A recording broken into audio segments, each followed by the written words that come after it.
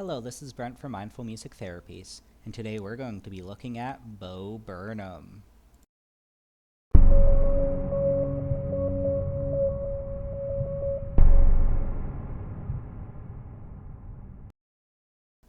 So I am a board-certified music therapist and a big Burnham fan.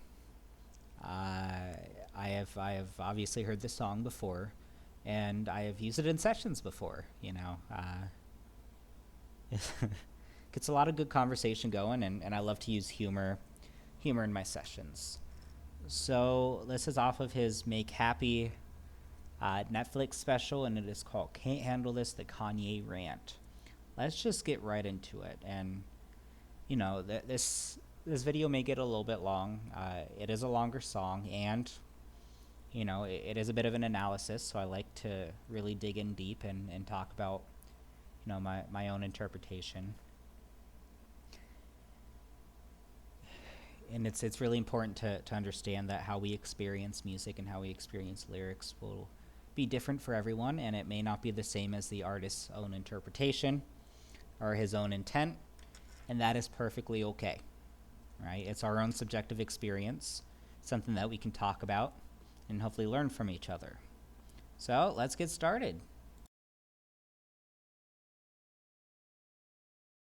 I went to Kanye West's recent tour, the Yeezus tour. It was a big, dramatic, theatrical show. He did something very strange at the end of his show where he ranted for like 20 minutes. It was kind of a rant, kind of a song. He had Autotune on his voice, and there was an instrumental in the background. Like this instrumental. He talked about his problems. Race. Power. His $90 t-shirts weren't selling very well. That was most of it. And I watched this. I thought maybe I could do this. I'll be honest, my problems not as high stakes as Kanye's, but I have problems.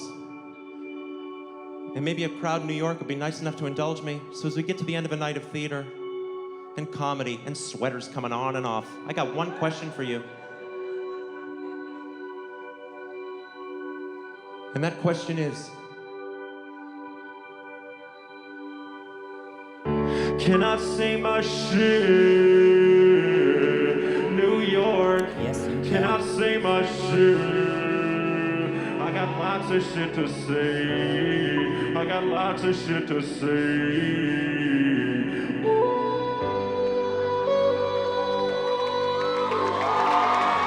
I can't fit my hand inside a Pringle can. I have a huge amount of trouble fitting my hand inside of a Pringle can. I can get my hand like 4 inches into the can, but then I have to tilt the can into my mouth. But by that point, a bunch of crumbs have accumulated at the bottom of the can, so they all go spilling onto my face. What I'm trying to say is the diameter of Pringle cans is way too small. I'll say it again, the diameter of Pringle cans is way too small. 2 radiuses of a Pringle can is way too small. If you feel me, put your hands up. Come on. If you feel me, put your hands up. Look at all these hands that are way too big to fit inside a Pringle can. Your hands are too big to fit inside a Pringle cans.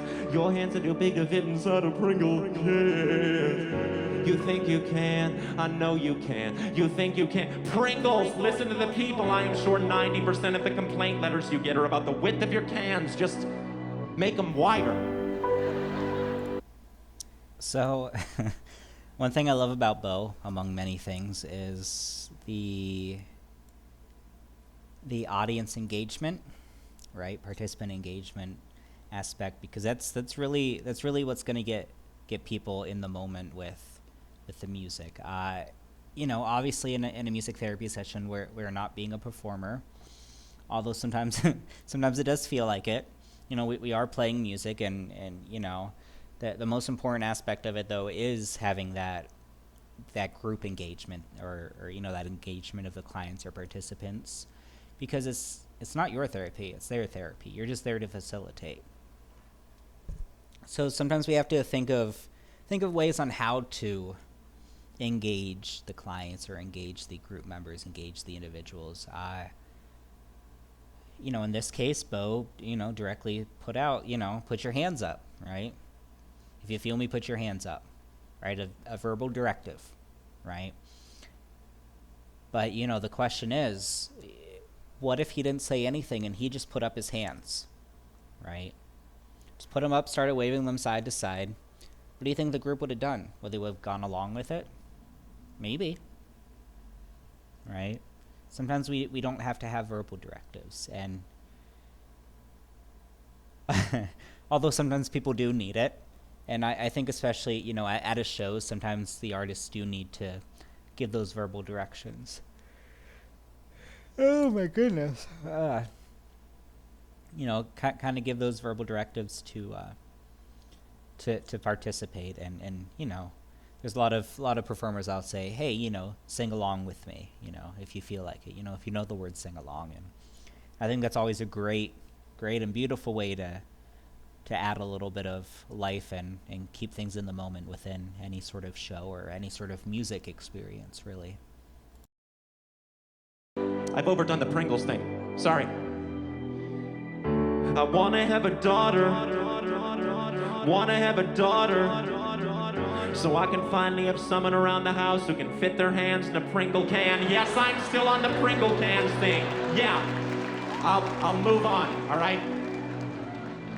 But that is priority numero uno. I don't go to the gym because I'm self-conscious about my body.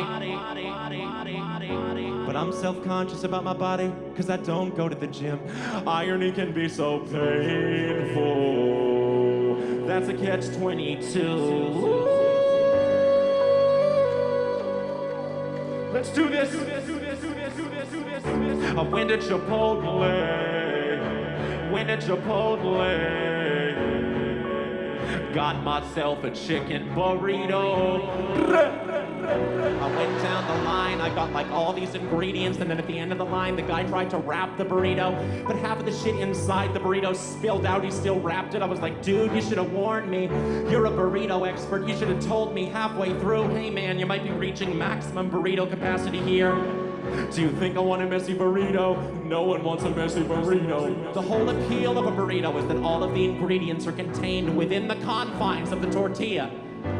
I wouldn't have gotten half this shit if I knew it was gonna fit in the burrito. All right, look. I wouldn't have got the lettuce if I knew it wouldn't fit. Wouldn't have got the cheese if I knew it wouldn't fit. Wouldn't have got the peppers if I knew they wouldn't fit. I wouldn't have got half of it. Like, I'm okay with small mistakes. If you got no more chicken, I'll take pork. But I'll blow my dad before I eat a burrito with a fork. Wouldn't have got the lettuce if I knew it wouldn't fit. Wouldn't have got the cheese if I knew it wouldn't. Wouldn't have got the peppers if I knew they wouldn't. Man, I wouldn't have got half of it like, half of it like, half of it like, half of it like, half of it right now. I think it's time that we break it down.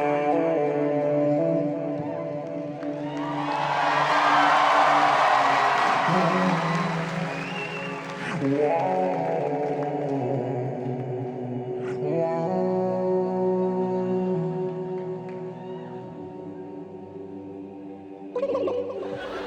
Start doing that in sessions. I can sit here and pretend like my biggest problems are Pringle cans and burritos.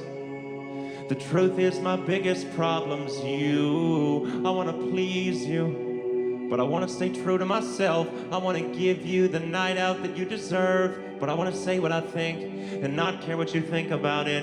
A part of me loves you, part of me hates you. Part of me needs you, part of me fears you, and I don't think that I can handle this right now. Handle this right now. I don't think that I can handle this right now. So that's, you know, that's something tough with all artists, all musicians. Trying to please other people while staying true to yourself, right? And in therapy, it makes me think of the concept of authenticity, right? The idea of being true to yourself, being honest, being, you know, real with people in therapy, while, you know, but you still gotta be mindful of self-disclosure. You still got to be mindful of, what's appropriate, what's not. You got to set boundaries. And I think as a performer, you get a lot of criticism, especially in today's internet age. Let me tell you, I gotta stop doing videos at nighttime. It's 9:30 and that is past my bedtime. But but the idea of criticism, or one thing we kind of look for as musicians is the idea of constructive criticism.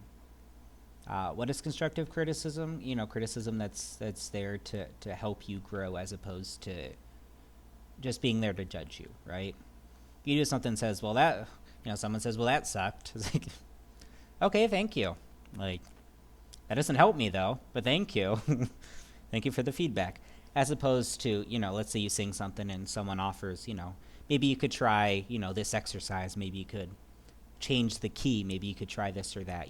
That's more constructive. Oh, I'm sorry. I'm making all of you yawn right now. And I had a trumpet professor when I did my audition for my undergrad. His name, he's a really great guy. It was when I went to Mansfield. Unfortunately, I didn't get to work with him a lot other than the audition, but his name is Dan Foster. Shout out. A magnificent trumpet player. And he told me during the audition, he's like, man, I'm gonna have you try something, and one of three things are gonna happen. Right? You're gonna try it and you'll get better. You'll try it and you get worse, or you'll try it and nothing changes. Right? If you try it and you get better, keep doing it. If you try it and you get worse, stop doing it. And if you try it and nothing changes, it's up to you. Right? And it's up to you and what's comfortable for you. And, what he said is, the most important thing is that you tried. Right? Right? You took the advice, you took the constructive criticism. My hair is driving me insane right now. And you tried it. And, obviously, you have to have your own discretion. Right? What was the old phrase? If everyone was jumping off a bridge, would you follow suit, sort of stuff. And you got to have your own morals, your own beliefs, and your own boundaries. But sometimes, that constructive criticism can be helpful, and non-constructive criticism can kind of break people down. I mean, we hear a lot about, especially in the music scene, overdoses, or people taking their own lives, and it's really, really unfortunate. Even non-professional musicians, not even famous people, musicians going through music school, right, young people, unfortunately making some decisions that have led to them, dropping out, has led to them, needing to go to rehab. It's led to them, losing their life, and it's a very tough profession. It's a very tough job to have, and it's a very tough thing to talk about sometimes. But I think it's really important. And the best thing we can do is reach out. The best thing we can do is be kind to ourselves, really focus on self-care, and to really find those mentors and those people in our life that can give us that constructive criticism and to support us without giving criticism for the sake of giving criticism. Whether that's a professor, whether that's someone on YouTube, whether that's a friend, whether that's a therapist. I just tell people a friend shouldn't be a cheerleader, and a therapist shouldn't be a preacher, right? We leave the cheerleading to the cheerleaders, and we leave the preaching to the preachers, right? It's true. A good friend will help pick you up when you need it, and I mean, if you fly too high, they'll help bring you down as well, right? They'll help you stay grounded. They'll give you that support. And that doesn't mean that they're being judgmental. That just means that they're being a good friend. And similar to a therapist, we're not here to preach to you. We're not here to tell you what's right or what's wrong or what you should do, but rather just support you and lead you in a positive way, and kind of help you figure out your own answers, right? Which some people hate. Some people just want the answers, but that's not what therapy is for. right? Therapy is for you to figure out things with the support of someone else. So, mental health's a big topic right now. It's for good reasons that there's been a lot of good discussion, but there's still a lot of work to go.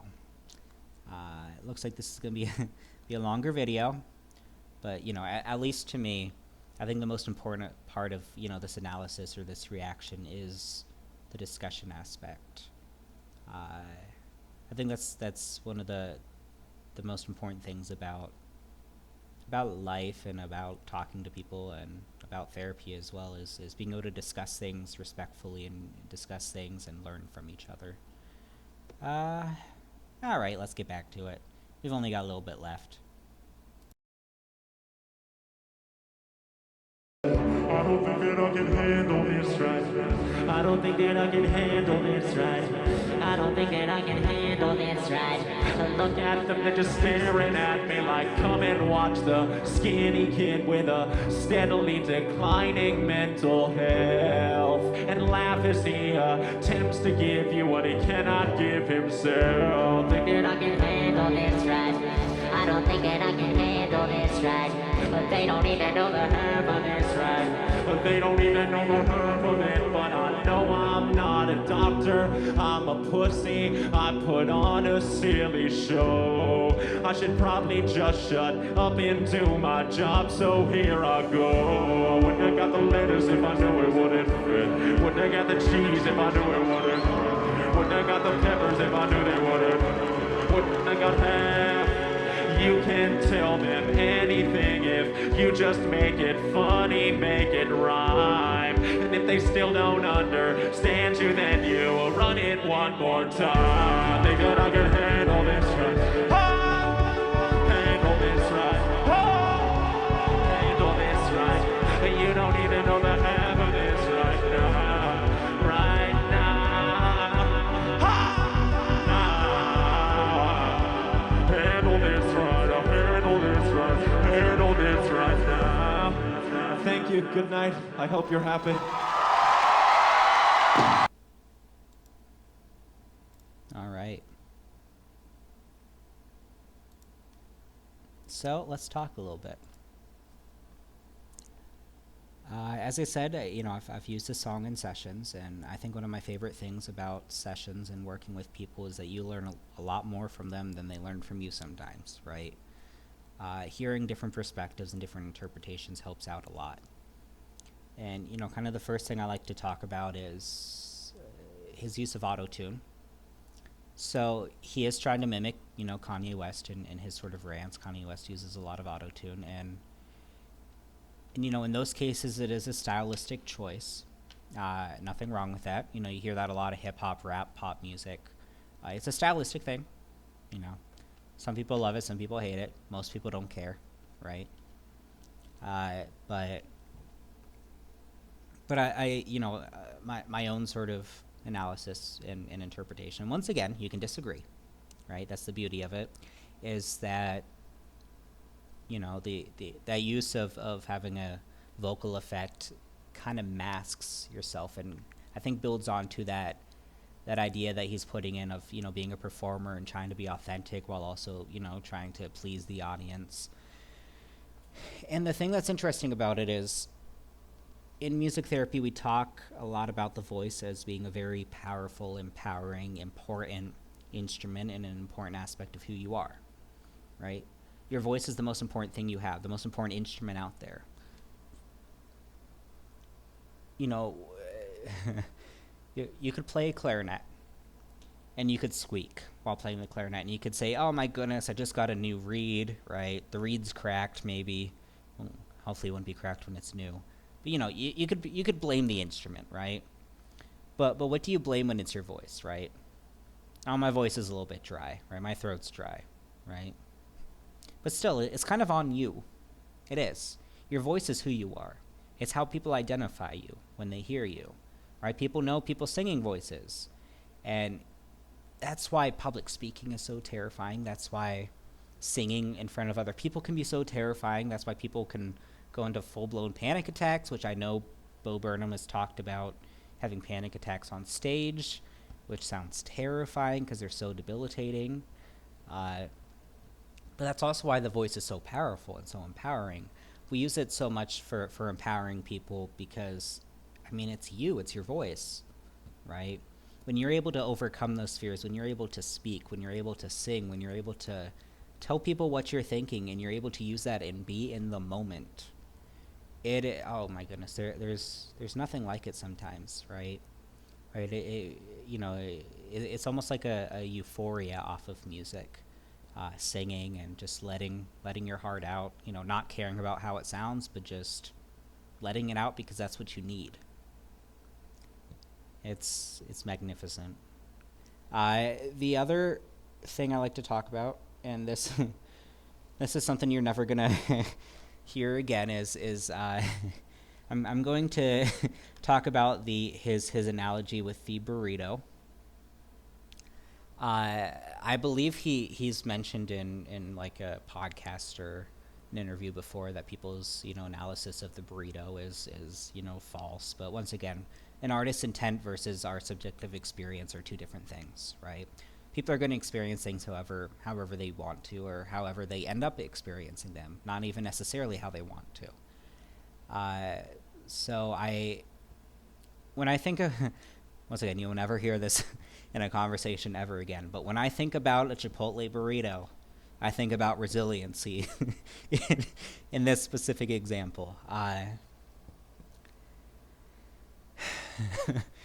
Okay, stick with me here. So what is resiliency? Resiliency is the idea of bouncing back, right? Retaining your original shape, being able to stretch and go back. But, a lot of times we use a rubber band as an example, right? You stretch a rubber band, it snaps back. But what happens if you stretch it too much? It's going to snap. It's going to break.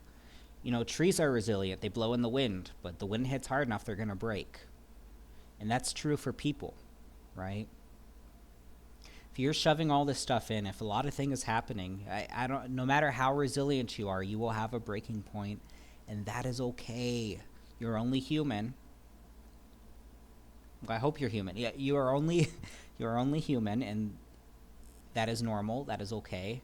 And I think the most important part about resiliency, which is not talked about a lot, is the importance of understanding your breaking points and understanding when you need to bust out your coping skills or talk to someone or take a break, right? Because that's what's going to keep you from breaking. Because once again, no matter how resilient someone is, they're going to break eventually if you push hard enough. And that's not what we want, but it can happen. And that's okay, right? So, he's talking about, the burrito expert, right? The worker at Chipotle, like, you're the burrito expert. You should have told me, I want to put the lettuce if I knew it wouldn't fit, when got the cheese if I knew it wouldn't fit, right? If you would have just told me that I am putting too much in, if you only told me and let me see that there is too much happening, then maybe I could have prevented everything from spilling out. Although the thing is, even if they did say, like, hey man, that's a lot of cheese, that's a lot of chicken in there, it might break at the end. He very well could have been like, okay, that's, whatever, we'll see. Could have went with it, and that's a part of life as well. That's your choice, right? It's your actions, it's your choice, and then hopefully you can learn, reflect on that, and change in the future. But so sometimes we really do need to have those people in our life that keep us grounded and help to support us when we notice that things are going a little bit too far or things are getting a little bit too much. Unfortunately, not everyone has someone like that, but I think it's important that people do. So yes, the next time you think of Chipotle and burritos, you should always think about resiliency, right? No matter how resilient we are, we all have a breaking point. That's okay. What's most important is having that self-awareness and understanding, and honestly just labeling it, right? I always tell people labeling things is the best thing you can do. If you're feeling sad, say, hey, I'm sad right now. If you're feeling happy, say, hey man, I'm happy. If you're feeling overwhelmed, say you're overwhelmed, because then you can work from there.